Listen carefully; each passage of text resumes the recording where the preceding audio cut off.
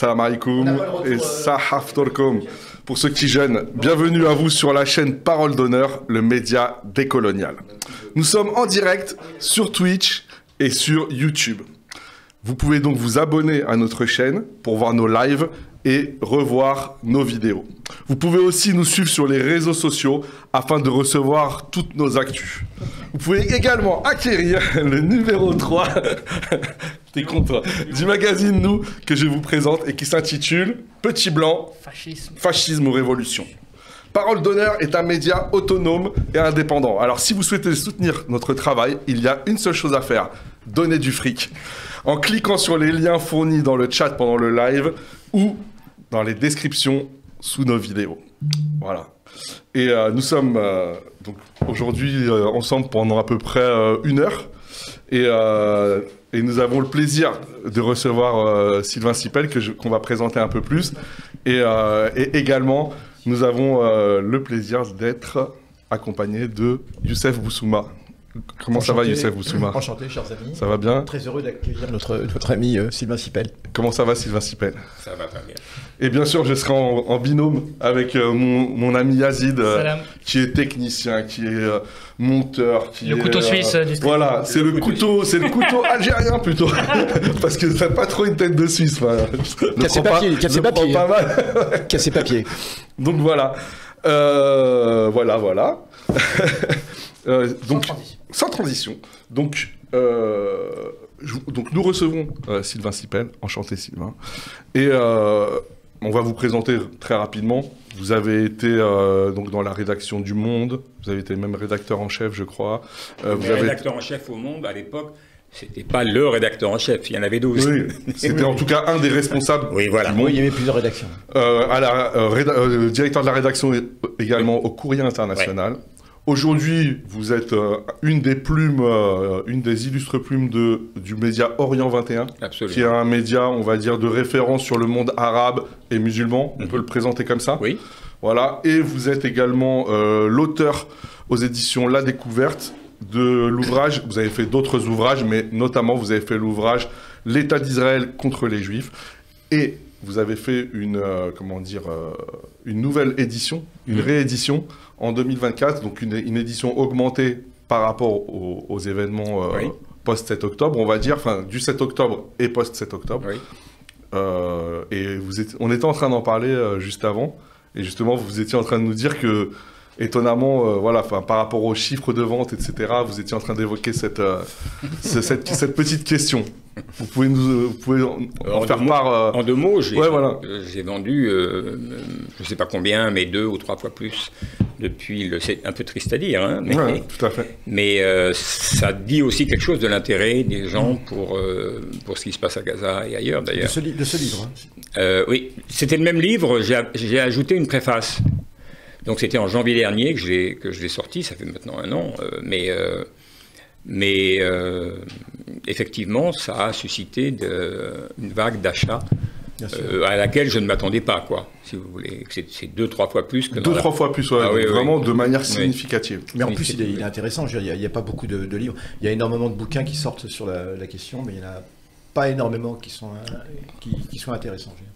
Et celui-là l'est, évidemment. Et donc, comme je disais, donc, nous avons aussi notre ami Youssef Boussouma, donc historien et polémiste. Voilà, j'ai trouvé ta dénomination maintenant. Tu seras historien et polémiste.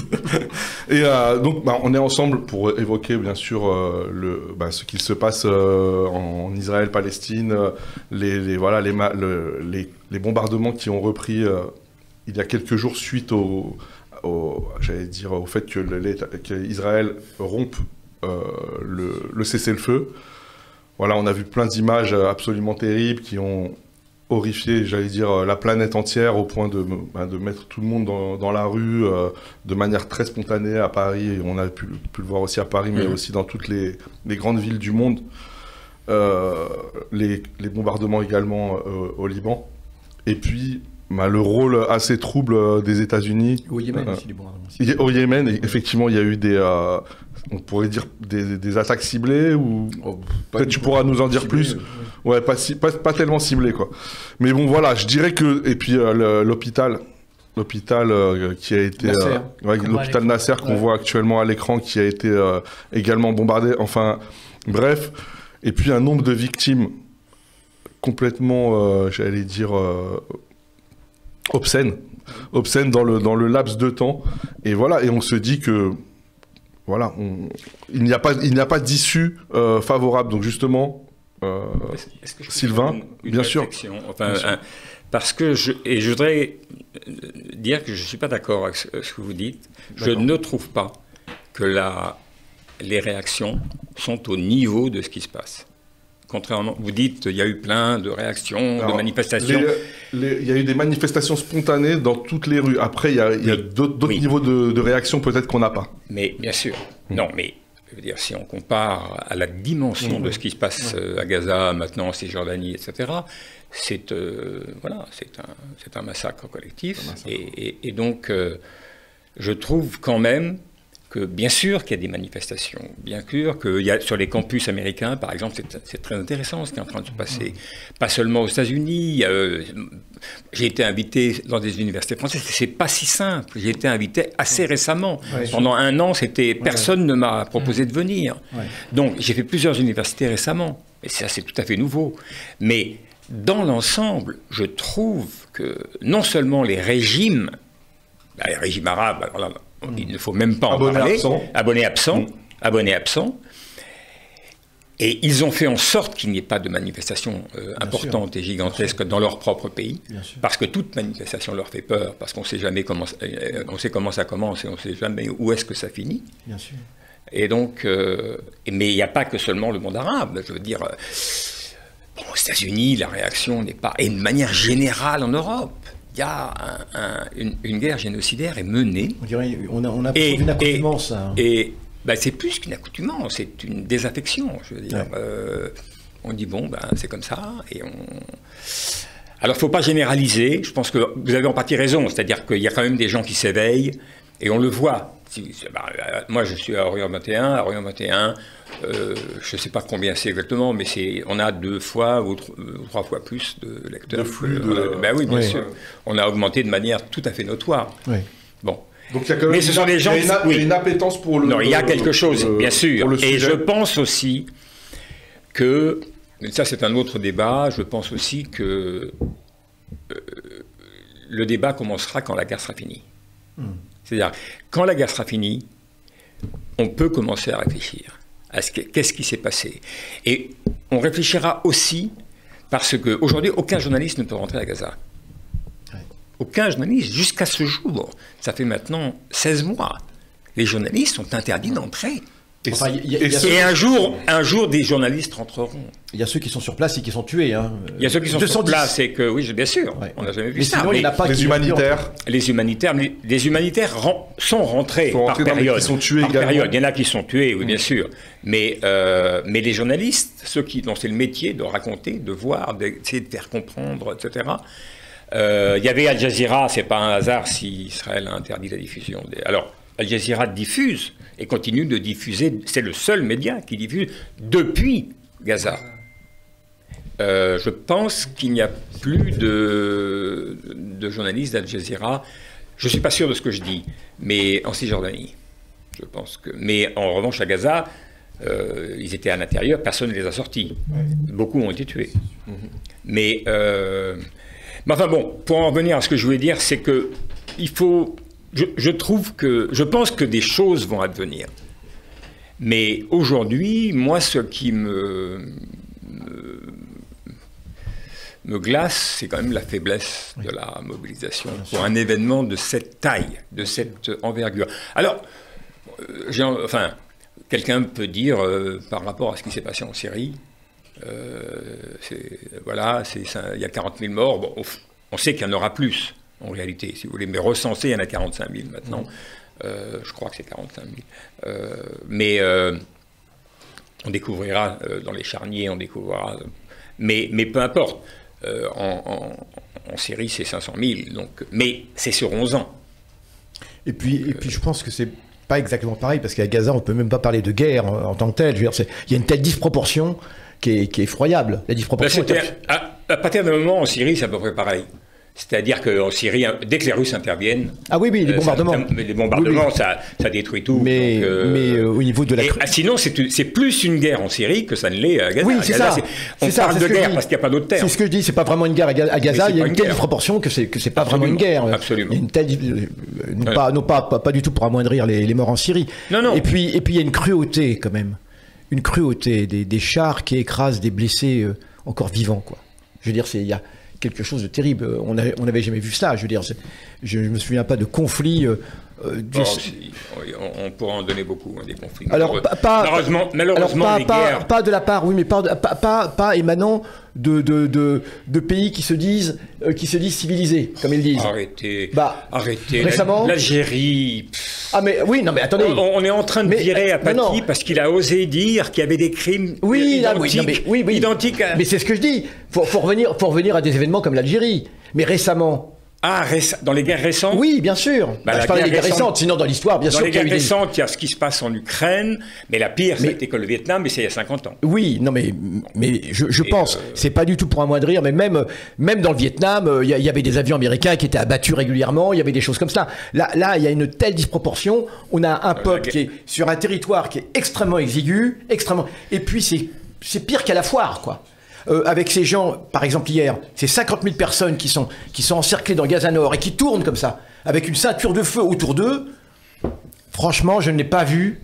Et quand on voit la disproportion des pertes en face, la disproportion des pertes aussi en face, hein, il y a très peu de pertes israéliennes.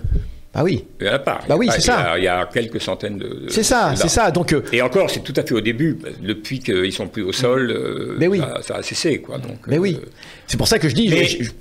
Et puis surtout avec l'assentiment. Mais je pense que c'est une comparaison qui... elle a du sens peut-être, mais je la trouve pas importante, si vous voulez. On va pas comparer avec... on va commencer à comparer avec le Vietnam, avec c'est pas ça du tout, les massacres qu'il y a eu en Ukraine récemment, etc. Oui, mais des bombes détruites avec des bombes incendiaires comme ça, avec des gens qui brûlent vivants comme ça, quasiment en direct. Mariupol, franchement, ça n'a pas été une rigolade. Oui, il y a eu Mariupol, mais là, il y a eu 10 000 Mariupol. Bon, si vous y tenez tellement... Non, c'est pas ça du tout, mais je ne pense pas du tout que même en Ukraine, il y a une telle cruauté, je veux dire. Ah, vous avez tort. Sur les populations civiles, vous croyez qu'il y a une cruauté comparable à celle de Gaza? Je ne pense pas. J'en sais rien, mais franchement, je ne pense pas. D'abord, il y a une cruauté terrible envers ses propres soldats de la part de Poutine. Oui, d'accord. Qui envoie à la boucherie comme. Oui. Ah oui. Ce sont des soldats. Tandis que là, revenons sur Gaza. Et en fait, une des premières questions que je voulais vous poser, c'était par rapport justement à cette, à cette rupture du cessez-le-feu par Israël. Quelle lecture vous faites parce que d'un point de vue, profane, on voyait des échanges entre des otages une négociation, et des prisonniers palestiniens. Absolument. Voilà, la mise en scène, etc. On a vu qu'il y avait eu une tension qui était née de la manière dont étaient orchestrées les libérations des otages notamment, mais aussi du côté israélien, de la manière dont c'était mis en scène, on va dire. Et d'un seul coup, il y a cette nouvelle qui est tombée, voilà, ils rompent le cessez-le-feu et les massacres ont repris de plus belle. Il s'est passé quoi en fait en coulisses?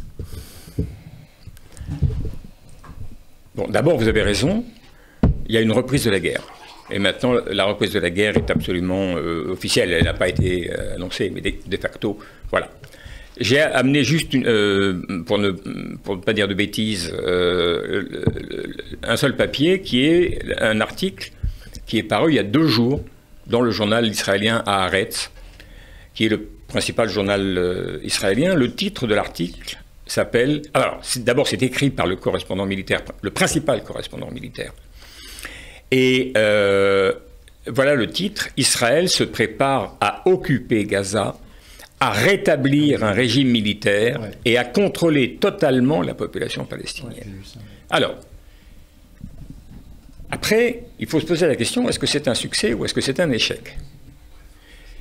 Du point de vue des ambitions israéliennes, c'est un échec.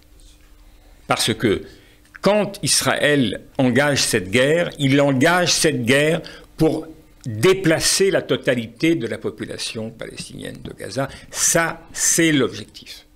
C'est l'objectif qui est exposé aux Américains. Blinken, le secrétaire d'État américain, il l'a dit publiquement.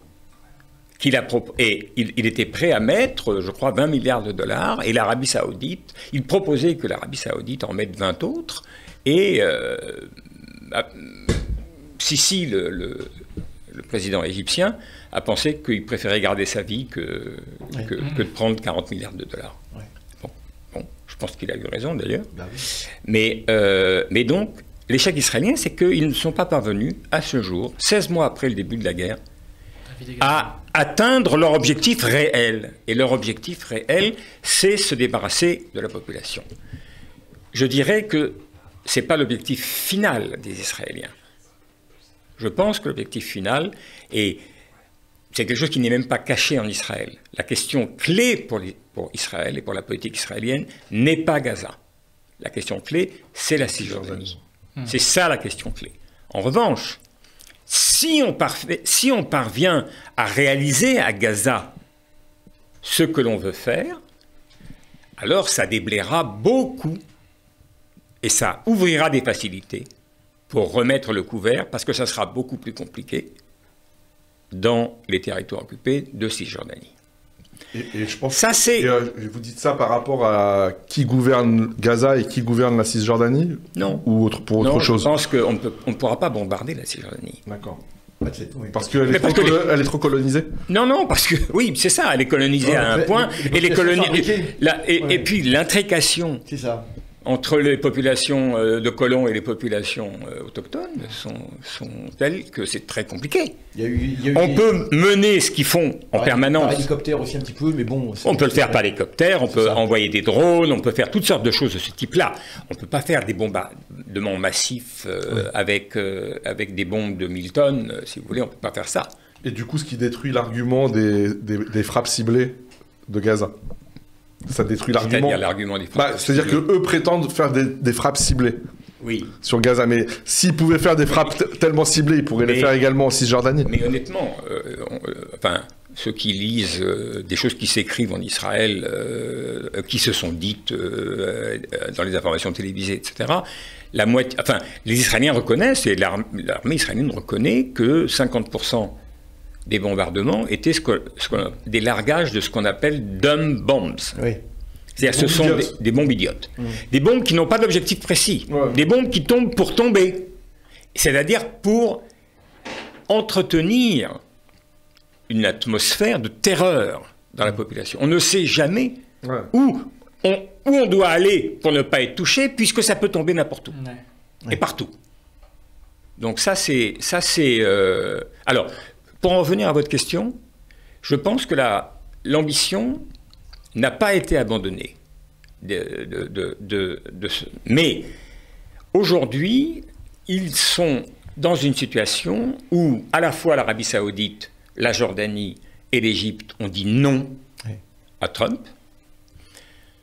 Le projet de Trump, il a présenté son projet de faire une Riviera à Gaza, et 10 jours après, il a dit, s'ils n'en veulent pas, alors si ça les intéresse pas, on verra, on s'en fout alors. Bon, d'accord. C'est bien imité, j'avoue. Comment? C'est bien imité. Mais là aussi, il y a un échec.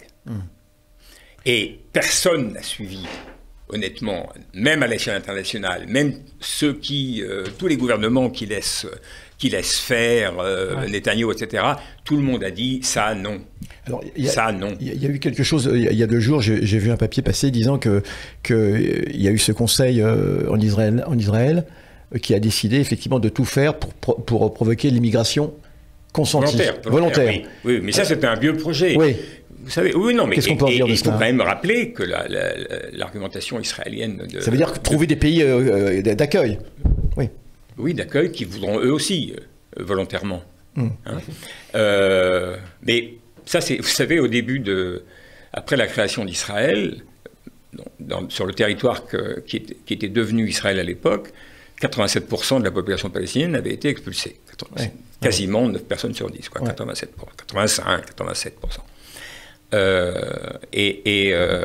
Ben Gurion, qui était le premier ministre de l'époque, et l'homme fort du régime, avait tout de suite fixé la ligne Et il avait dit, il faut éduquer, il faut répéter ça, nous n'avons expulsé aucun arabe. Oui. Le mot palestinien n'existait pas à l'époque, on disait arabe.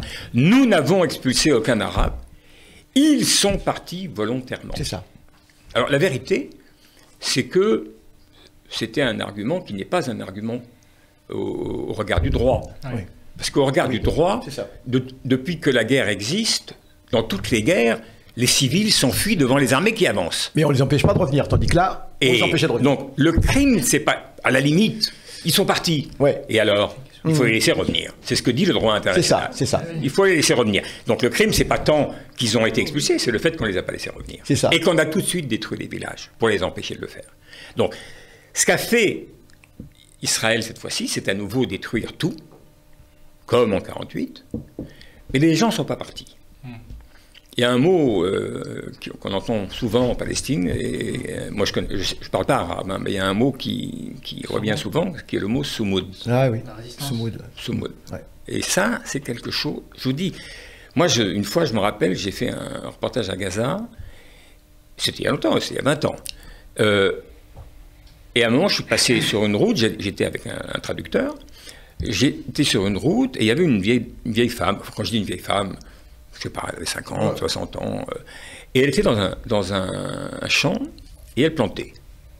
Donc on s'est arrêté, on a été la voir, on a demandé. Et elle nous a expliqué que le champ avait été rasé, parce que les Israéliens, ils avaient des énormes bulldozers avec des cisailles, et ils coupaient les oliviers. Ouais. Ils coupaient les oliviers, et donc, voilà. Et donc, dans ce champ, ils avaient coupé tous les oliviers.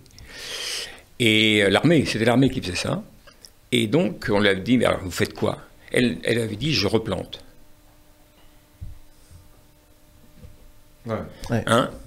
Voilà. Et d'ailleurs, ça fait... Je replante. Ce que vous venez de dire, ça fait penser aussi, parce qu'aujourd'hui, on est, comme beaucoup le disent, on est en train de vivre un génocide en direct. Incroyable. Un génocide en direct. Et les gens qui sont revenus dans leurs habitations de Gaza, notamment au nord de Gaza, etc., ils ont eu cette fierté, enfin cette envie de montrer fièrement qu'ils reconstruisaient, qu'ils nettoyaient, etc.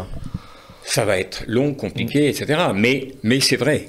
Mais c'est vrai ce que vous dites. Et donc, de ce point de vue-là, les Israéliens n'ont pas gagné. En même temps, personne n'a gagné du côté palestinien. C'est-à-dire que du côté palestinien, c'est une dévastation. C'est une dévastation totale, si vous voulez. Et donc, là, ce qu'ils disent dans cet article, c'est que le gouvernement, la décision du gouvernement, ou du moins de Netanyahou, puisqu'en fait, il décide tout seul à peu près, eh bien, il s'agit de réinstaller un régime d'occupation militaire sur la population. De contrôler totalement la population, ça veut dire en particulier de contrôler l'aide humanitaire. Donc on ferme le robinet, on ouvre le robinet, on ferme le robinet, on ouvre le robinet. Mais et ça c'est un crime de guerre. Oui, de le faire. Oui, mais ça, c'est le dernier, c'est le dernier souci. C'est leur dernier souci. Non, mais ce que je veux dire, c'est que c'est exactement ce qu'ils ont voulu éviter. Ils se retrouvent exactement dans la situation où ils sont enlisés. Ils sont dans Gaza, en train de contrôler une population de 2,5 millions d'habitants. Et à mon avis, une population qui les aimait pas tellement avant, mais qui aujourd'hui, vraiment, a toutes les raisons de ne pas les adorer. Oui. Et cette situation-là, c'est le contraire de ce qu'ils espéraient. Ils ont espéré reprendre Gaza et refouler la population. S'il avait fallu perdre 30% de territoire de Gaza et que tout le monde s'entasse dans 30%, peut-être qu'ils auraient accepté. Ça n'a pas pu se faire. Ils ont essayé, ils l'ont fait. Quand ils ont repoussé vers Rafah, quoi. Bien sûr, alors ils ont repoussé vers Rafah. Mais ça n'a pas marché. À la fin, ils ont fini par accepter un retour de 400 000 Palestiniens dans le Nord. Et alors, ils ne vont pas essayer de refaire cela actuellement ? C'est-à-dire ? Leur projet n'est pas à nouveau de vider Gaza Nord ? Pourquoi ils ont laissé les gens... c'est possible. Mais pourquoi ont-ils permis le retour des gens ? Ah oui, ça parce que... Alors, à mon avis, il y a des fluctuations dans le... il y a peut-être eu des pressions et autres, mais... Il y a eu des pressions, il y a eu des débats très importants à l'intérieur de l'armée et des services de sécurité. C'est au niveau de la capacité à contrôler réellement, peut-être, non, c'est ça? Il y a ça, et puis il y a les gens qui ont dit que c'est une impossibilité, on ne va pas réussir à mettre 2 millions de personnes sur un territoire minuscule. Ouais. Tout ça va nous péter à la gueule et ça ne va pas être possible. On ne va pas tenir ce truc. Oui, quand on voit les densités, c'est énorme. Mais c'est déjà que Gaza était une enclave qui était surpeuplée. Si on enlève 70% du territoire, c'est invivable. C'est juste invivable. Ça l'est déjà, mais bon. Ouais. Et donc, aujourd'hui, la politique israélienne est assez peu lisible. Parce que je pense qu'il y a énormément de gens dans l'armée et dans les services de sécurité et dans les gens qui réfléchissent à comment, où est-ce qu'on va et comment on y va. Ouais. Il n'y a pas un consensus au sein du... Il n'y a pas de consensus du tout. Il n'y a pas de consensus du tout. Il y a un consensus à l'extrême droite. Ouais. Oui. Mais l'extrême droite propose quelque chose qui n'est pas réaliste puisqu'ils n'arrivent pas à le réaliser. C'est-à-dire l'expulsion par la force et on amène les colons. C'est-à-dire on recrée des colonies avec des lignes de défense avec des soldats, et c'est ça, et on les tient. Ouais. Bon, mais ils n'y sont pas arrivés en bombardant et en détruisant la totalité. Ça va être très compliqué. La seule option pour l'extrême droite, c'est d'expulser la population. Ouais. Il n'y en a pas d'autre. Mais où? Mais où? La question, c'est mais où? Mais ça a l'air idiot, mais le plan de Trump, c'était de les expulser au Sinaï? Non, oui, dans le Sinaï et en Jordanie. Oui. Dans le désert en Jordanie. Oui. J'ai juste une question pratique. Et comment on fait pour expulser les gens en Jordanie? Il faut traverser Israël, hein? Oui, c'est vrai. Donc quoi, on va prendre les gens à pied, on va leur faire traverser 250 km ou 300 km à pied en Israël. Mais oui. Et non, mais enfin, tout ça est... Ouais, ça rappelle les fantasmes de rémigration en France, quoi. Ou alors il faut les faire tous passer au Sinaï et puis les rapatrier de l'autre côté. Avec un pont aérien. Peu importe. Oui. Mais vous me direz que ça... Ils s'en foutent. En vérité, l'extrême droite israélienne s'en fout complètement, et Netanyahou aussi. Et dites-moi, le renvoi du responsable du Shin Bet récemment, c'est en rapport avec ça, non? Oui. Le rapport... Enfin, il a été le responsable... Alors, juste... Parce qu'on est avec des différents niveaux de compréhension. Le Shin Bet, ce sont les services de sécurité intérieure d'Israël. Le chef du Shin Bet... Qui a été remercié par Netanyahou. Voilà, il vient d'être remercié par Netanyahou. Alors, il a été le responsable... Netanyahou l'avait nommé comme responsable de la débâcle du 7 octobre. Non, pas du tout. Responsable des négociations sur le rapatriement des prisonniers entre les mains du Hamas et des Palestiniens qui sont détenus en Israël. Donc il devait mettre en œuvre la phase 2. La phase 2, voilà. Et Netanyahou a décidé, ça c'est dans la presse israélienne tous les jours, parce que c'est tellement évident qu'il a tout fait pour casser toute possibilité de poursuivre la trêve. Bon, donc il a viré le chef du Shin Bet parce que le chef du Shin Bet a dit non, il faut poursuivre. Mais ce que Netanyahou comprend très bien, c'est que si on poursuit jusqu'à la fin du processus, ça veut dire que c'est la fin de la guerre. Il y aura plus de motifs, c'est la fin de la guerre. Et c'est ce qu'il ne veut pas. C'est ce qu'il ne veut pas. Il ne veut pas, je pense, c'est très difficile d'être dans la tête de quelqu'un, mais il ne le veut pas, à mon avis, peut-être pour des raisons privées, c'est-à-dire qu'il sait que dès que la guerre est finie, son immunité, en fait, il y aura des commissions d'enquête et les choses sortiront sur ce qui s'est passé. Et il ne pourra pas... En Israël, tu penses que... en Israël. Et je pense que non seulement ça sortira, mais il y a tellement de gens qui détestent Netanyahou que ça, des choses, y compris à l'intérieur de l'armée, y compris dans les services spéciaux, c'est pas croyable. Oui, parce qu'il a même été question de guerre civile, on a entendu parler cela, et c'est ce qui est reproché, etc. Il y a de facto une guerre civile intra-israélienne. Il n'y a pas de guerre civile sur le rapport à Gaza. Oui, c'est ça. Sur le rapport à Gaza, tout le monde est d'accord, c'est formidable, on écrase tout.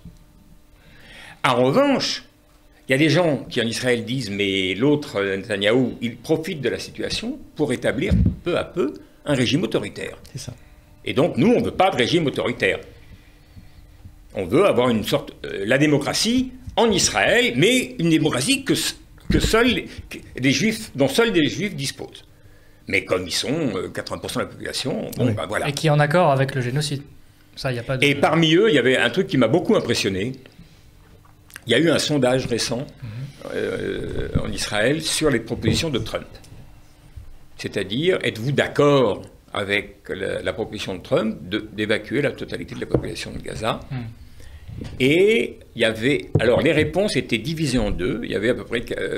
disons qu'il y avait, je ne sais pas, 15% qui n'ont pas répondu, mais il y avait 40% de gens qui disaient... Je ne dis pas des chiffres exacts, mais en gros, des proportions. Ouais. Il y avait, disons, 40 ou 50% des gens qui disaient « oui, on est pour l'expulsion généralisée de la population palestinienne ».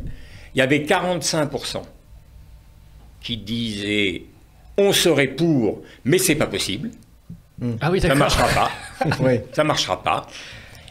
Et il y avait la question qui disait combien parmi vous considèrent que le plan Trump est un plan immoral? Eh bien, 3%. Le sondage n'a été fait que parmi les Juifs. Ouais. Eh bien, seuls 3% des Juifs israéliens ont répondu oui, c'est immoral. C'est immoral. Oui, moral. Donc là, on se retrouve avec une population... Donc, on se retrouve avec une population qui est en crise sur le plan du débat sur le maintien de la démocratie. Ce qu'ils veulent, c'est un État qui soit un État moins religieux. C'est ça. Parce que la pression religieuse monte en permanence. On peut parler du messianisme. Du messianisme, ouais, j'aimerais bien qu'on en parle un petit peu. On peut en parler. Oui. Mais pour le moment, il n'y a pas de débat sur Gaza réel. Il y a des gens qui s'expriment. Il y a des gens qui, dans la presse, disent... Le mot génocide est apparu à plusieurs reprises dans les articles du journal Haaretz, qui est quand même le principal journal israélien. Oui. Donc, si vous voulez, la démocratie interne, les gens qui ont peur, c'est ceux qui ont peur qu'on ne puisse plus écrire les choses dans les journaux. Oui. Voilà. Qu'il ne puisse pas y avoir un journal qui soit critique. C'est-à-dire un régime autoritaire. Ouais. Mais sur Gaza, il n'y a pas de débat. Il y a 3% des gens qui disent ce que nous commettons, ce sont des crimes. Alors souvent, ce sont des gens qui sont... comment dire? C'est des juifs comme ils étaient avant. À l'ancienne. À l'ancienne. Oui. Parce qu'il y a un tel décalage entre la vision qu'on nous renvoie d'Israël, de seule démocratie au Moyen-Orient, et ce qui se passe vraiment sur le terrain. On a un consensus pour bombarder Gaza, tuer des milliers de Palestiniens, que... En fait, c'est aussi le relais, les relais médiatiques qui donnent aussi cette vision-là en France. Parce que il y a une forme de... J'ai l'impression qu'on essaie de nous cacher cette vraie image d'Israël. Et en même temps, par exemple, en France, qui c'est qui a fait la guerre d'Algérie? C'est la République française. C'est vrai. Et elle avait un régime démocratique. Et c'était une démocratie. Et bien c'est ça qui se passe. C'est une situation coloniale. Il y a un pays qui a la démocratie, mais c'est une démocratie ethnique. Il y a une ethnie, celle des Juifs, qui se disent ou qui sont Juifs, et eux bénéficient de tous les droits. Les autres, quels qu'ils soient, ils ont des droits différents. C'est-à-dire entre quelqu'un qui est palestinien citoyen d'Israël, entre quelqu'un qui vit à Jérusalem, quelqu'un qui vit dans une des zones A, B, C, en Cisjordanie, etc., etc., il y a des droits différents aux uns et aux autres. Mais en tout cas, il y a des statuts inférieurs. Mais dans tous les cas, ils ont tous des statuts inférieurs à celui. Et c'est inscrit dans la loi. C'est inscrit dans la loi fondamentale israélienne. Il n'y a pas en Israël de constitution. Oui. Mais il y a des lois fondamentales qui, de facto, font office de constitution. Comme en Angleterre. Un peu, oui, c'est ça, voilà. Ouais. Et donc, il y en a une quinzaine, et c'est inscrit dans la loi constitutionnelle. Israël est l'État des Juifs et des seuls Juifs. Oui. Voilà. Et au niveau, alors... On peut dire qu'il n'y a plus aucune opposition. Enfin, il y a une union sacrée, il y a un consensus total. Il ne faut pas oublier d'abord qu'il y a 20% de population palestinienne en Israël. Oui. On l'oublie toujours, mais... Alors eux, qu'est-ce qui se passe pour eux actuellement? Ça, c'est très difficile pour eux. En ce moment, évidemment, c'est pas Gaza. Ils massacrent pas les populations, mais la répression, et ils se taisent.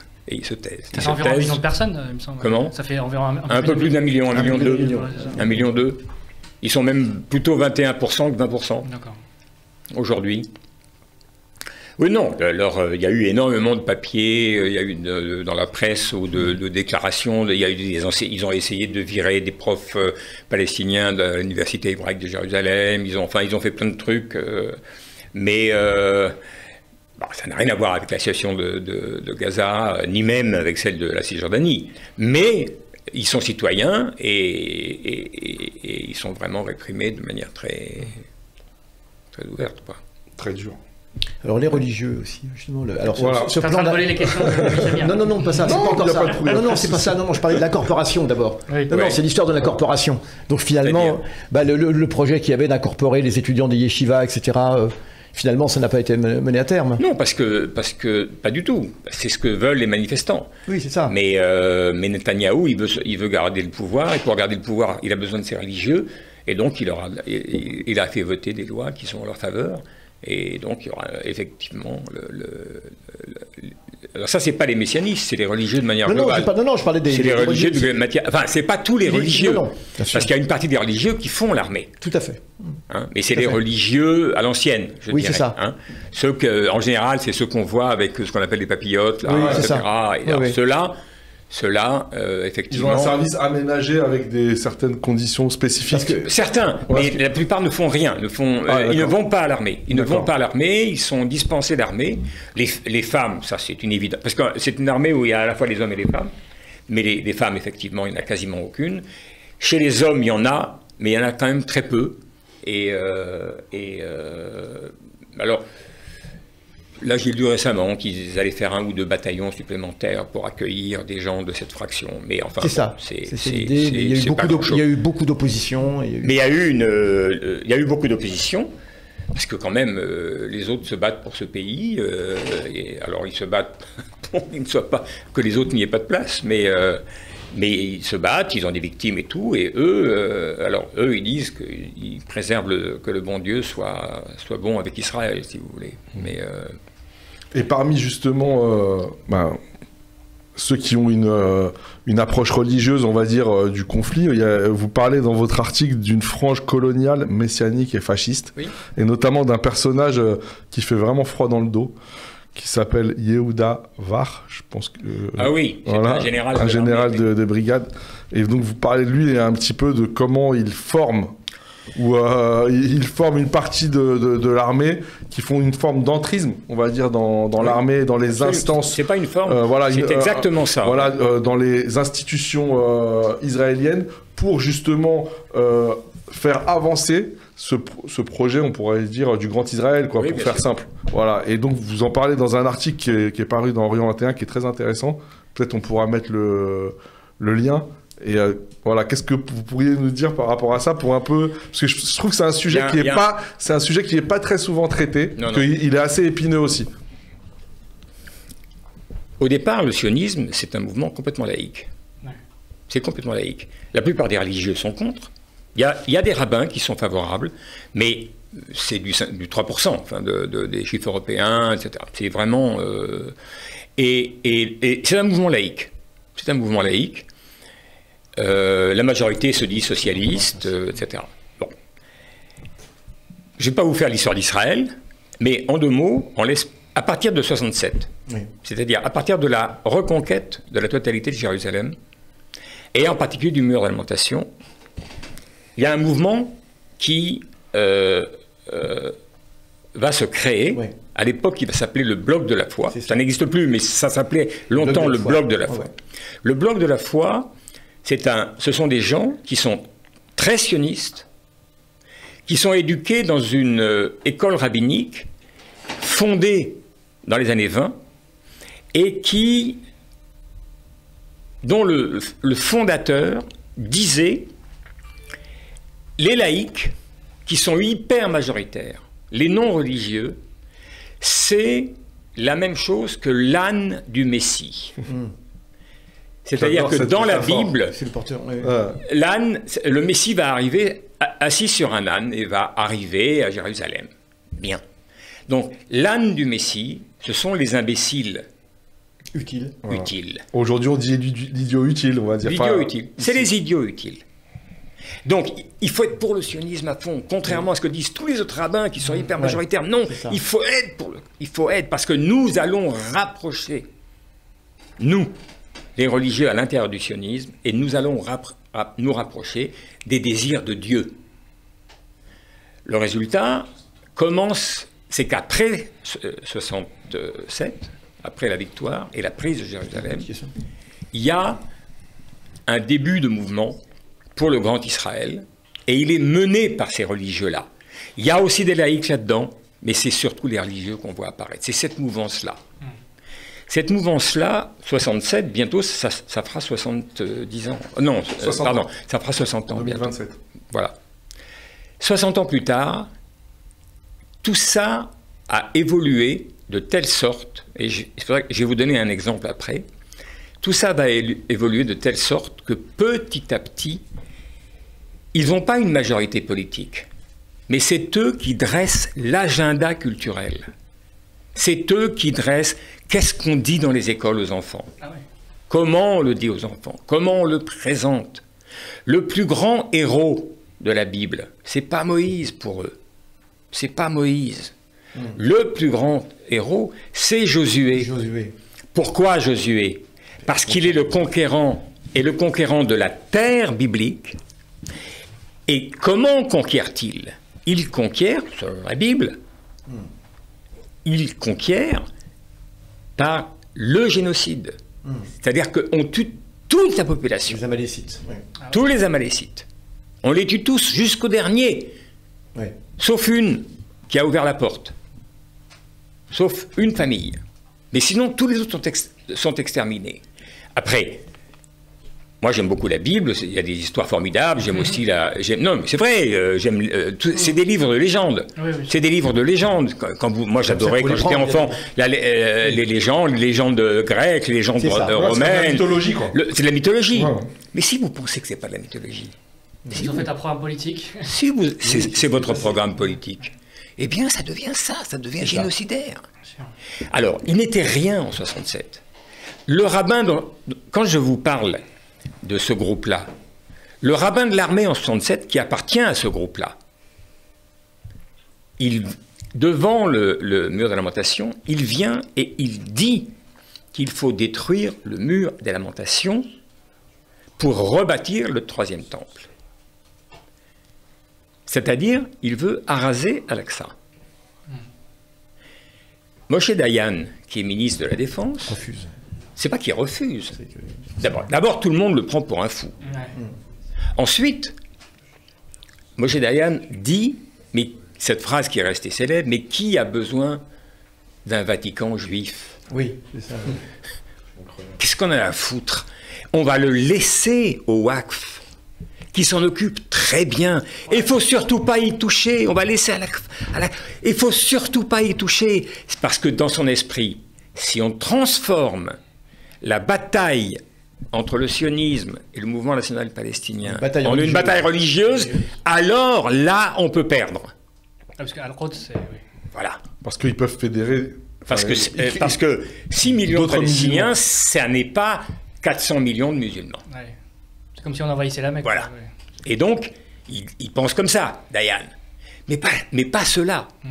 Ceux-là, à l'époque, ils sont très marginaux. Très marginaux. En 60 ans, ils sont devenus, je répète, ils ne sont pas majoritaires au Parlement. Mais dans l'armée... Ils représentent 14% au Parlement, 12%.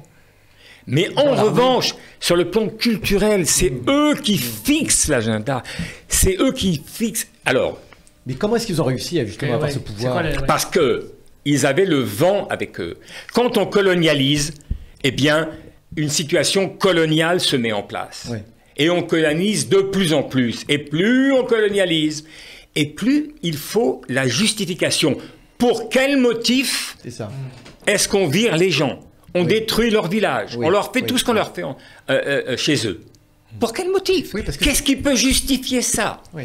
Eh bien, ces gens-là vous disent, mais si on ne reconnaît pas que c'est la terre qui nous a été donnée par Dieu, alors les Arabes ont raison, alors on est illégitime. Oui, c'est ça. En fait. On est illégitime.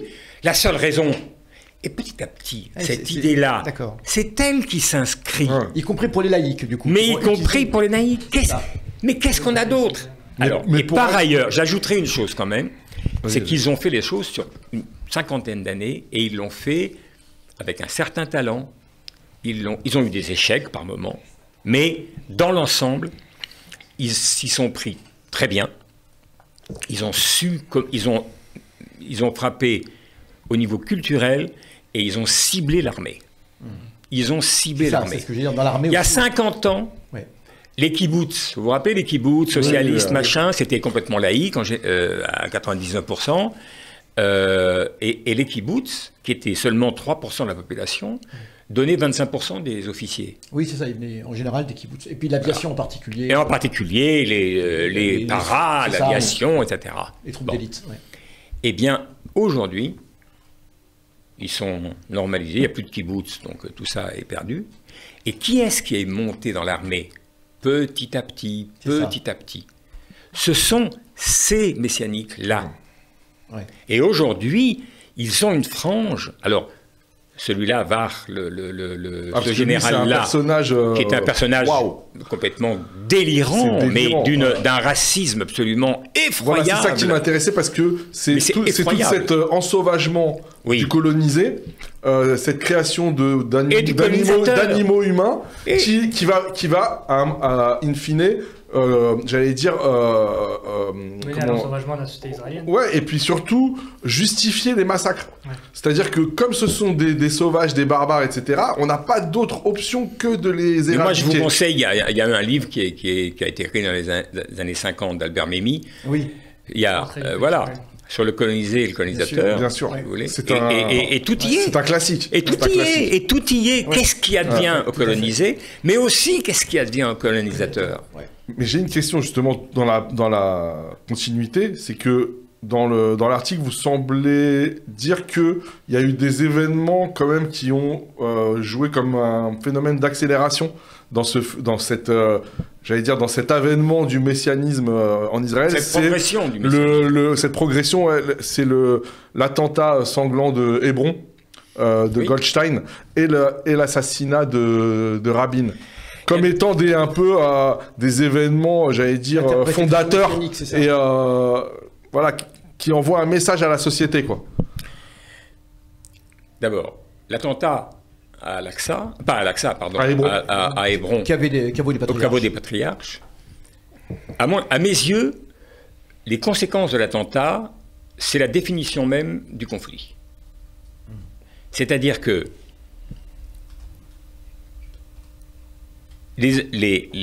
après, il tue 29 personnes et il y a une 250... non, pas 250, mais une centaine ou un Centaine truc de comme ça de blessés. blessés. Oui. Voilà. Voilà. Et il arrive avec un fusil mitrailleur, il tire dans le tas, Ah. etc. Bon. Et après, il est flingué par les soldats voilà. Ou il se suicide, je ne sais plus. Enfin, Non, ça il n'a était- aucune il importance. était tué. Donc, ce que je veux dire, c'est que plusieurs conseillers de Rabin, qui à l'époque est Premier ministre, ils lui disent, et Rabin est le Premier ministre qui a été le plus hostile aux colons. On va dire qu'il était hostile aux colons parce qu'il a accepté des colonies, mais dans l'ensemble, il détestait ces colons. Et c'est celui qui a fait le moins de colonies. Et donc, ils lui disent, mais là, tu as une occasion en or. Tu vires. À Hébron, il y a 80 zigotos. C'est ça. Il faut des centaines de soldats pour les protéger. Et ces gens sont des gens se absolument comportent abominables, effroyables. qui se Oui, comportent oui. de manière absolument effroyable. Tu as une occasion en or, tu les vires. Il réfléchit, et il dit non. Et il dit non, pourquoi? Parce qu'il dit, mais qu'est-ce qu'il me donne en retour, alors, si je fais ça? Mais, connard, excusez-moi. Non, mais vous Il n'y a rien. Non, non, mais là, il veut dire, qu'est-ce qu'ils me donnent? Qu'est-ce qu'ils ont à te donner? Imbécile. Et donc... Il parle de qui? Enfin, qui me donne Des qui colons. Les colons. oui. Non, pas les colons, Non, les Palestiniens. c'est Les ça, Palestiniens. Bah oui. Quel est le résultat? Pendant qu'il réfléchit, lui, le Premier ministre, c'est que l'armée instaure immédiatement le couvre-feu dans toute la région. Et donc, tous les Palestiniens sont bouclés. Alors, ça veut dire quoi? Si les Palestiniens font un attentat, ben, on boucle tout de suite tous les Palestiniens.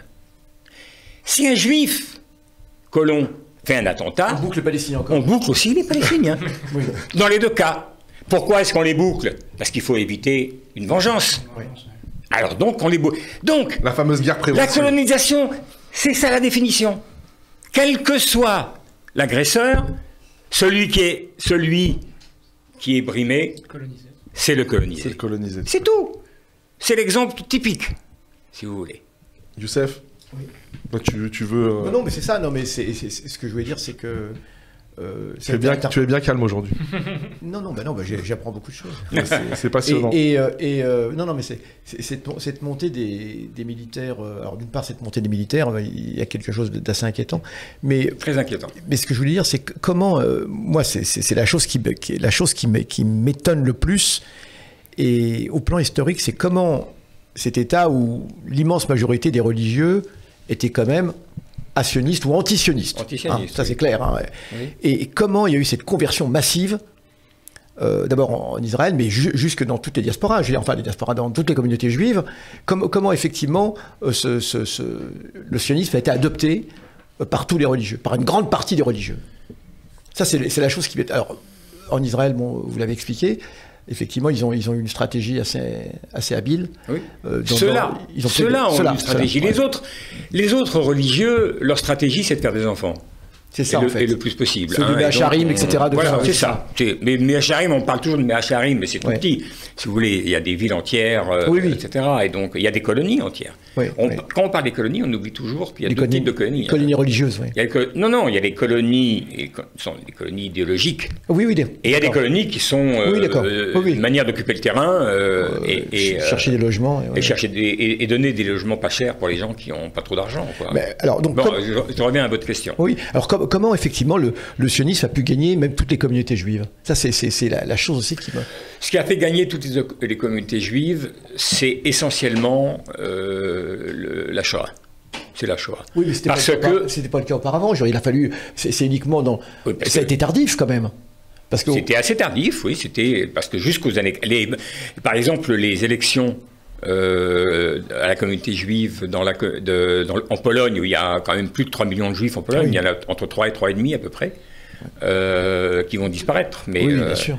Et donc, les sionistes représentent, je ne sais plus exactement combien, mais c'est du 20%, enfin Oui. c'est mineur. Et encore, parce qu'ils ont beaucoup de jeunesse, mais sinon, dans les villages, dans les petits bourgs, les religieux sont hyper dominants. Donc, Non, mais je parle même après la Seconde Guerre. Hein. non, après la Seconde Guerre, il y a une bascule qui est évidente.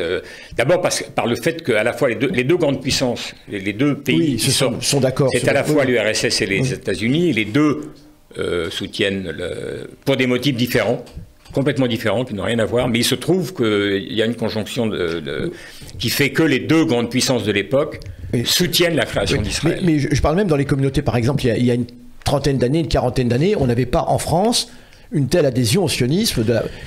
Je dirais quand même... Je dirais plutôt... Même le CRIF avait très peu d'importance, d'ailleurs. Alors, le CRIF avait beaucoup moins d'importance, et par ailleurs, ce que je dirais, c'est qu'il y avait des gens qui faisaient la différence entre le soutien à Israël et l'organisation du judaïsme français. Aux États-Unis, par exemple, il y a deux choses. Comme Théo Klein, par exemple. Théo Klein, c'est-à-dire qu'aux États-Unis, vous avez deux corps constitués.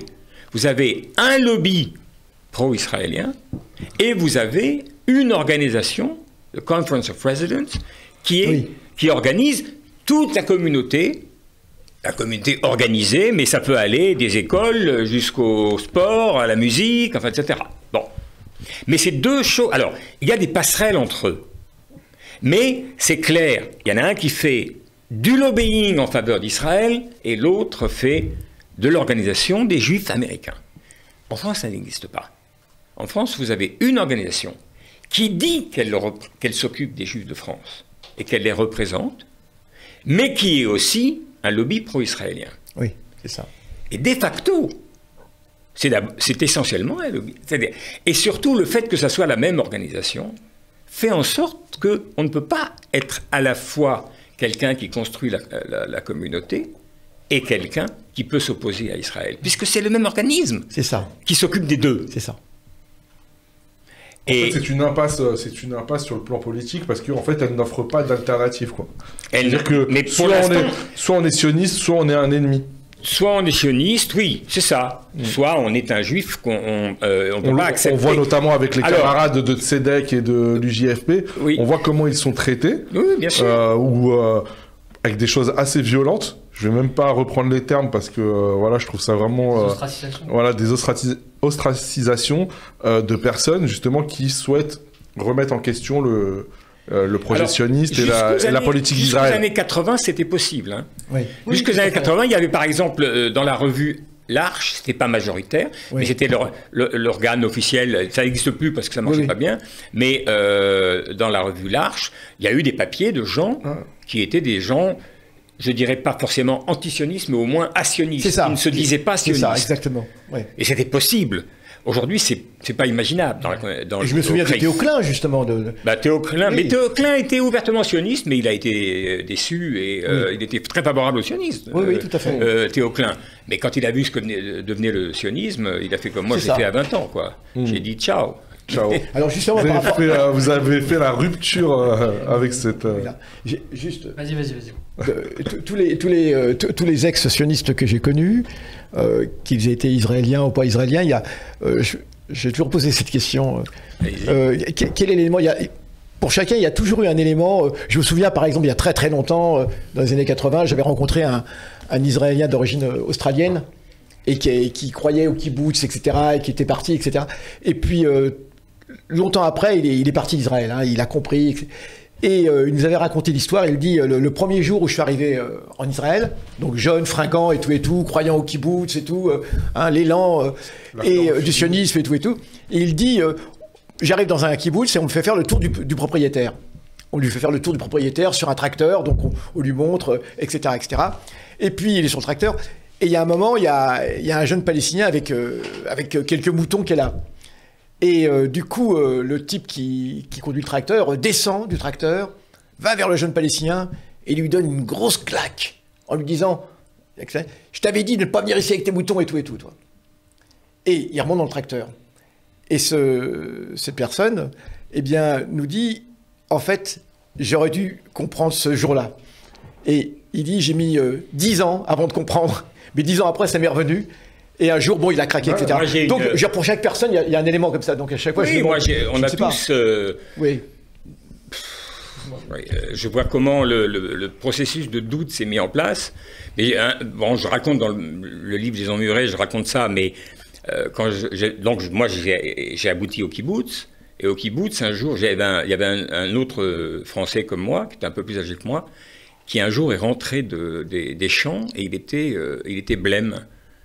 Alors je lui ai demandé ça va pas, t'es malade et tout. Il m'a dit non, mais il est arrivé un truc bizarre aujourd'hui. Alors il me raconte que il était avec lui il avait 25 ans, il travaillait dans un champ, il plantait des trucs avec un type qui avait 30 ans.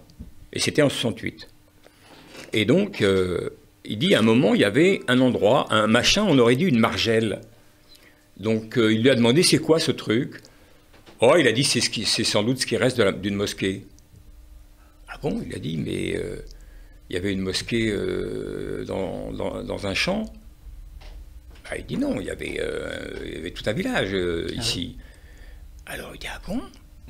Mais il est où? Qu'est-ce qui t'est devenu? Mais le mec le regarde et lui dit, mais enfin, t'es vraiment naïf, hein, t'es idiot ou quoi? Tu connais rien, on a tout rasé. Et donc, il était ahuri. Et qu'est-ce qui faisait qu'il était ahuri? Il y avait deux choses. D'abord, il découvrait que, pas un village, mais les villages. Les villages, tous étaient rasés. Et le mec l'avait dit. Et moi, quand j'ai réfléchi à ça, il y avait un autre truc. C'est que le mec, il avait, disons, 30 ans. On était en 68. Donc en 48, il avait 20 ans. Ah oui. Non, il avait 10 ans, pardon, 20 ans avant. C'est pas à l'école qu'on lui a appris que les villages ont tous été rasés. Parce qu'à l'école, personne ne parlait de ça. Ah oui. C'est peu probable que ce soit ses parents. Il venait de Beersheba, qui est une ville... Ouais. Bon, c'est très peu probable. Eh bien, pourtant, il le savait. Ouais. Il le savait. Donc, et je pense qu'il incarne les Israéliens. Ouais. Il savait, mais on ne veut pas savoir. C'est ça. Mais on ne veut pas savoir. Et moi, c'est ça qui m'a... Je me suis dit, mais c'est quoi ce truc? Ouais. Et je me suis mis à m'intéresser, à me dire, mais... Et donc, j'ai commencé à lire des bouquins, etc. J'ai rencontré des gens. Au début, j'ai d'abord été sioniste très à gauche dans un truc, et puis avec le temps... mais ça a été assez rapide. Non oui.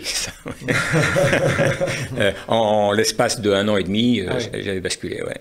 J'avais basculé petit à petit. J'ai beaucoup lu, j'ai essayé de comprendre, et surtout de comprendre tout ce qu'on ne veut pas voir. Ouais. Et en fait, c'est pas si difficile de savoir ce qui s'est passé. C'est pas si difficile. On trouve, on peut comprendre. Et déjà en 68, c'était pas la peine. Il y a des romans qui ont été écrits. La décision de regarder la réalité telle qu'elle est, quoi. Moi, la comparaison que je fais toujours, c'est avec membres du parti communiste, à la grande époque. Ah oui, oui. Quand on quittait le parti, c'était fini. On rompait avec le parti, et donc on perdait sa société. C'est ça. Ouais. Ça veut dire qu'on choisissait l'isolement. On était plus socialisés, oui, c'est ça. On choisissait l'isolement, on était traîtres. Ouais. Et c'est dans cette position que je me suis retrouvé en vivant en Israël. Ah ouais. Y compris à l'intérieur de... Excusez-moi, c'est un peu personnel, mais de votre famille? C'était compliqué. Bon, c'était compliqué. D'accord. Ouais, non, mais je me suis en permis gros, à... non, mais je peux le dire. Je veux dire, j'avais une relation extraordinaire avec mon père, vraiment très forte. Mon père était un responsable sioniste important en France pendant très longtemps. Donc, il y a un moment où ça s'est mal passé. Et quand on a compris que on avait fait le tour de la question et qu'on ne changeait pas d'avis, etc., on n'en a jamais parlé. Mais en fait, on a passé une sorte de gentleman's agreement. Ouais, c'est ça. C'est-à-dire qu'on parlait de tout. C'était une personne qui lisait le journal du début à la fin, Le Monde, tous les jours. Incroyable. Et on parlait de tout. De tout. Même de questions sur le judaïsme. Ouais. Mais il y avait un tabou. On ne parlait pas d'Israël. Parce que ça ne servait à rien. On allait s'engueuler, on le savait. et donc vous voilà. éludiez cette... Et c'est comme ça qu'on a pu garder une relation. Une relation père-fils. Et qui a vraiment été très forte. Moi, je trouve ça très beau. Yazid, je crois que tu as une question depuis à peu près 8h30. Du coup, on va revenir au film. Allons-y, allez. Tu voulais revenir sur la... On va finir. Ouais, d'ici 10-15 minutes. On arrive sur la fin, là. C'est ça. Vas-y. Moi, je voudrais revenir sur la question du messianisme et surtout la question de la perception française d'Israël. Parce que les médias en parlent pas du tout. On a l'impression que c'est un pays normal, que laïque, il y a limite une séparation des églises et de l'État. Comment vous expliquez que les médias nous vendent cette vision, quoi? Par l'ignorance. Vous pensez que c'est de l'ignorance? Oh oui, Okay. Essentiellement. Je veux dire, je vois pas de raison idéologique de le masquer. Les journalistes font leur boulot, mais c'est un pays difficile à comprendre. Franchement, c'est un pays difficile à comprendre. Je vous donne un exemple. Le sens des mots n'est pas le même. Quand on parle de démocratie, oui, c'est une démocratie, mais c'est une démocratie ethniciste. Oui, à l'athénienne, oui, bien sûr. C'est une démocratie ethniciste.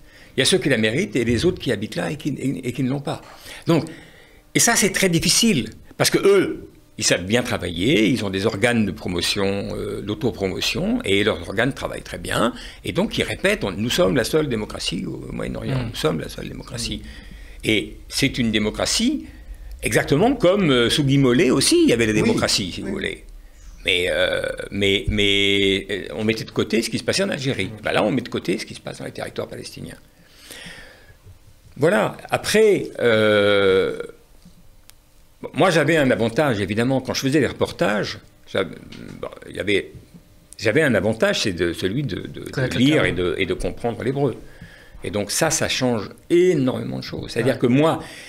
Je ne pouvais pas seulement... J'allais voir les responsables, les hommes politiques, etc. Mais je pouvais aller au souk. parler avec les gens. Et ça donne de la chair. C'est-à-dire, ça donne, on peut parler les gens. Ouais. Et j'allais dans des lieux très différents. Et moi, ce qui m'intéresse dans la vie, c'est beaucoup plus la société, enfin, sur le plan journalistique, la société m'intéresse plus que la grande politique. Ouais. La grande politique, c'est ennuyeux. Vous êtes un auteur d'homme, quoi. Je suis un auteur d'hommes, et je pense que ça... Et de femmes. Et de femmes, et je pense que ça compte plus. Et je pense que ça compte plus. Pour moi, le problème, c'est pas tant Netanyahou, c'est ce qu'est devenu la société israélienne. Oui, oui, bien sûr. C'est l'adhésion qu'elle a. C'est quand la dernière fois que vous êtes allé là-bas? J'ai fait un reportage pour Le Monde Diplo en juillet, qui est sorti en juillet, ah, d'accord. Il y a 6 mois. Vous y étiez il y a quelques mois? Ouais, j'étais il y a quelques mois. Ouais. Et vous avez déjà rencontré Netanyahou? Il ne le sait pas, mais je l'ai rencontré une fois. D'accord. Et vous êtes parlé? Non. Je faisais le traducteur pour quelqu'un de... Quand on le voit près comme ça, il fait peur ou... Non, il me faisait pas peur, non. Non, mais je me dis physiquement, est-ce que, tu vois, parce que il dégage un truc quand même flippant, tu vois. Si vous avez du temps, il y a un livre que j'ai lu et qui s'appelle Les Netanyahou. Ah oui, j'en ai entendu parler. Alors, c'est écrit d'une manière... Moi, j'aime pas ce style d'écriture, c'est très américain, j'aime pas tellement ça. Mais quand même, c'est pas du tout sur Netanyahou, c'est sur son père. Mais c'est assez extraordinaire. Et en 2 mots, il a fait quoi, son père? Le père, c'était... Je sais que son frère est mort en Afrique. Son frère est mort en Afrique. Mais le père était un historien raté. Il a été secrétaire de Jabotinsky. Oui. Jabotinsky, c'était le dirigeant de la droite nationaliste sioniste. Ah d'accord, donc... Et surtout, il avait été dynastie, dans une organisation de jeunesse, son père, à l'époque, qui était une organisation ouvertement fasciste. Le bâtard. Non. Vraiment, Brita Berionim, c'était un truc vraiment fasciste. Et d'ailleurs, le dirigeant de cette fraction, Brita Berionim, a fini par être exclu. Pour son soutien à Hitler. À Hitler, plutôt, c'est ça. Donc là, c'était trop. C'est ça. Et il disait la priorité, c'est la lutte contre le communisme. Donc, il n'y a pas de... Voilà. Tant qu'on lutte contre le communisme, on est copains. C'est pas le LEI, non? Comment? C'est pas le mouvement LEI, non? Non, l'ERI, c'est plus tardif que ça. Ça, c'est les années 20. D'accord. On aurait encore des milliers de questions. Franchement, vraiment des milliers de questions. Mais j'ai une question pour Youssef que je veux lui poser depuis cet après-midi. Est-ce que tu sais ce qu'est le corridor de Netzarim? Oui, pourquoi? Tu peux nous expliquer? Non, mais moi je connaissais pas. J'ai dit tiens, peut-être que je vais coincer Carrefour Youssef, et je crois qu'il y a une personne qui m'a dit non, tu pourras pas. C'est le carrefour de Netzarim, c'est pas le corridor. Non, c'est le corridor. Ici, c'est un corridor. Moi, ma question c'est est-ce que tu sais ce que c'est le corridor? Le passage, oui, le passage, oui. C'est le passage qui coupe Gaza. En deux Gaza. Ouais. Voilà. D'accord, mais alors parce que vous en parlez dans votre parce que c'est vraiment un truc. Justement, je trouve qu'il illustre cette barbarie, ce côté, j'allais dire, monstre froid de l'armée israélienne. C'est donc une ligne imaginaire, en fait. Le corridor de Netzarim, c'est une ligne imaginaire. Et justement, les troupes la franchie peut être abattue. Les troupes de notre ami, là, Yehuda Var, c'est lui qui l'instaure. Voilà, c'est lui qui l'instaure. Et en gros, le mot d'ordre, c'est toute personne, tout Palestinien qui franchit sans le savoir. C'est-à-dire que c'est pas comme un checkpoint, c'est une ligne imaginaire. Donc s'ils franchissent sans le savoir, qu'est-ce qui se passe? On va vous dire. Voilà. Ce qui se passe, c'est que quiconque franchit est tué. Et on peut lui tirer dessus. C'est une histoire de fou. Et ce qu'il faut savoir, c'est qu'il est général, mais général, il a, je sais pas, enfin, le plus bas grade de général. Il a un supérieur. Général de brigade. Qui est général, ouais. Il a un supérieur qui lui dit qu'il est contre ce fameux corridor. Non, pas le corridor, mais sur le fait de... Cette règle de tuer les gens. Cette règle de tuer les gens, etc. Eh bien, il continue. Il y a une autonomie... Et ce qui compte, c'est qu'il ne se passe rien. C'est-à-dire, et moi je pense que ce qui a fait Israël tel qu'il est aujourd'hui, essentiellement, c'est l'impunité. Le fait que le monde se taise et laisse faire, c'est comme c'est une analogie un peu ridicule, mais c'est comme un petit enfant. Oui. C'est comme un petit enfant. Si on le laisse faire ce qu'il veut, c'est l'enfant roi. L'enfant roi devient. Sauf que là, il a la bombe nucléaire, qu'il a une armée surpuissante. Bien sûr. Vous savez le film avec l'impunité, c'est ce le film avec Pierre Richard, Le Jouet. Je sais pas si vous voyez ce film, Le Jouet. Non. C'est tu voyez? Tu vois, le film, c'est un milliardaire, en fait, un grand chef d'entreprise français, on va dire genre Pinault, ou tu vois, quelqu'un comme ça, et il a un enfant, et cet enfant, en fait, à un moment donné, il voit le fameux François Pignon de tous les films avec... et il le voit, et en fait, il le veut comme jouet. Et donc, il lui donne de l'argent parce que sinon, il va faire des caprices incroyables. Et du coup, il devient le jouet de l'enfant. Et ça donne lieu à plein de situations. Mais je trouve que ça fait penser un peu à ça. C'est-à-dire qu'à un moment donné, voilà, je veux ça. Voilà, je le fais. Peu importe les conséquences. Non, et là où ça fait peur, c'est qu'en fait, il y a un mécanisme qui fait que les gens au-dessus qui seraient censés les sanctionner, en fait, vont plus les couvrir. Non, mais ce qui est très intéressant, et on va finir là-dessus, c'est quand même que Trump, il y a encore quelque temps, voulait pouvoir dire « j'ai mis fin à la guerre ». C'est ça. J'ai arrêté cette guerre. Eh ben, c'était son but, Netanyahou n'en voulait pas, et il l'a imposé à Trump. Ils ne sont pas nombreux, ceux qui ont la capacité d'imposer leur volonté à Trump. Alors vous croyez vraiment que Netanyahou a réussi à imposer quelque chose là, oui. Ouais. Ah oui, bien sûr. Que ça ne faisait pas partie des plans de Trump Il a dit à Trump, démerdez-vous avec ça, mais moi j'y vais. Parce que quand même, la trêve, enfin la négociation, Trump, il tenait, il l'avait quand même... Ben, c'est ce que je viens de dire. Oui, il voulait qu'elle aboutisse. Et il voulait qu'elle aboutisse.